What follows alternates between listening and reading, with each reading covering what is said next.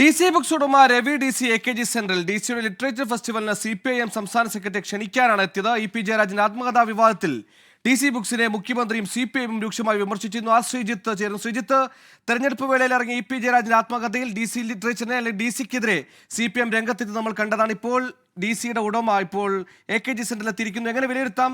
എന്താണ് നിരീക്ഷിക്കുന്നത്? സുഹൈൽ, 5 മണിയോടെയാണ് DC ബുക്സിൻ്റെ ഉടമയായ രവി DC AK സെൻറ്ററിലെത്തിയത്. അദ്ദേഹം ഈ CPIM സംസ്ഥാന സെക്രട്ടറി MV ഗോവിന്ദനെ കാണാനായാണ് എത്തിയത്. അദ്ദേഹം അല്പനേരം AK സെൻറ്ററിൻ്റെ ലോബിയിൽ വെയിറ്റ് ചെയ്തു. പിന്നീട് അദ്ദേഹം അകത്തേക്ക് കയറി പോയിട്ടുണ്ട്. കോഴിക്കോട് വെച്ച് എല്ലാ വർഷവും DC സംഘടിപ്പിക്കുന്ന കേരള ലിറ്ററേച്ചർ ഫെസ്റ്റിവലിനെ ക്ഷണിക്കുന്നതിന് വേണ്ടിയാണ് MV ഗോവിന്ദനെ ക്ഷണിക്കുന്നതിന് വേണ്ടിയാണ് അദ്ദേഹം എത്തിയതെന്നാണ് നമുക്ക് ലഭ്യമാകുന്ന വിവരം. കാരണം അദ്ദേഹത്തിൻ്റെ കയ്യിൽ ഈ ലിറ്ററേച്ചർ ഫെസ്റ്റിവലിൻ്റെ ബ്രോഷർ ഉണ്ടായിരുന്നു. ബ്രോഷറുമായിട്ടാണ് AK സെൻറ്ററിലേക്ക് അദ്ദേഹം പോയിരിക്കുന്നത്.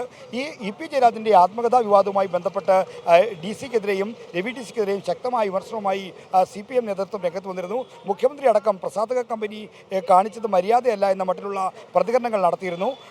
EP ജയരാജനാകട്ടെ ഈ രവി DCക്കെതിരെ വക്കീൽ നോട്ടീസ് അയക്കുകയും ചെയ്തു. എന്നാൽ പിന്നീട് തുടർ നടപടികളൊന്നും ഉണ്ടായില്ല. പുസ്തക പ്രസാധനത്തിന് കരാറൊന്നും വെക്കാതെ എങ്ങനെയാണ് ഇതുമായി ബന്ധപ്പെട്ട മുഴുവൻ വിവരങ്ങളും പുറത്തു പോകുന്നത് എന്ന ചോദ്യമാണ് മുഖ്യമന്ത്രി അടക്കം ഉയർത്തിയത്. എന്തായാലും പാർട്ടിക്കും പുസ്തക പ്രസാധന കമ്പനിക്കുമെതിരെ ഇടയിൽ വലിയ തോതിലുള്ള പ്രശ്നങ്ങൾ നിലനിൽക്കുമ്പോഴാണ് ഇപ്പോൾ ഒരു മഞ്ഞുരുക്കത്തിൻ്റെ സൂചന എന്നോണം രവി DC AK സെൻറ്ററിൽ എത്തിയിരിക്കുന്നത്. എന്തായാലും പാർട്ടിയും ഈ പുസ്തക പ്രസാധന സ്ഥാപനവുമായുള്ള പ്രശ്നങ്ങൾ ഈ കൂടിക്കാഴ്ചയിൽ ചർച്ചയാകുമെന്ന കാര്യം ഉറപ്പാണ്. ഒരുപക്ഷേ ഈ പുസ്തക പ്രസാധനത്തിൻ്റെ കാര്യത്തിൽ EP ജയരാജൻ്റെ ആത്മകഥയുമായി ബന്ധപ്പെട്ട വിവാദങ്ങൾ എങ്ങനെ സംഭവിച്ചു എന്ന കാര്യത്തിൽ MV ഗോവിന്ദൻ ഒരുപക്ഷേ രവി DCയോട് നേരിട്ട് കാര്യങ്ങൾ ചോദിച്ചറിയാനുള്ള സാധ്യതയുമുണ്ട്. രവി DC തന്നെ പാർട്ടി നേതൃത്വത്തോട് അക്കാര്യം വിശദീകരിക്കാനും സാധ്യതയുണ്ട്. സർക്കാർ സഹായത്തോടെയാണ് ഈ ലിറ്ററേച്ചർ ഫെസ്റ്റിവൽ അടക്കം കോഴിക്കോട്ട് രവി DCയും DC ബുക്സും സംഘടിപ്പിക്കാറുള്ളത്. അതുകൊണ്ട് സർക്കാരുമായി ഏറ്റവും നല്ല ബന്ധത്തിൽ പോകുന്ന പുസ്തക പ്രസാധന സ്ഥാപനമാണ് രവി DC. അതുകൊണ്ട് തന്നെ ഈ കൂടിക്കാഴ്ചയിൽ ഈ ആത്മകഥാ വിവാദവുമായി ബന്ധപ്പെട്ടുണ്ടായ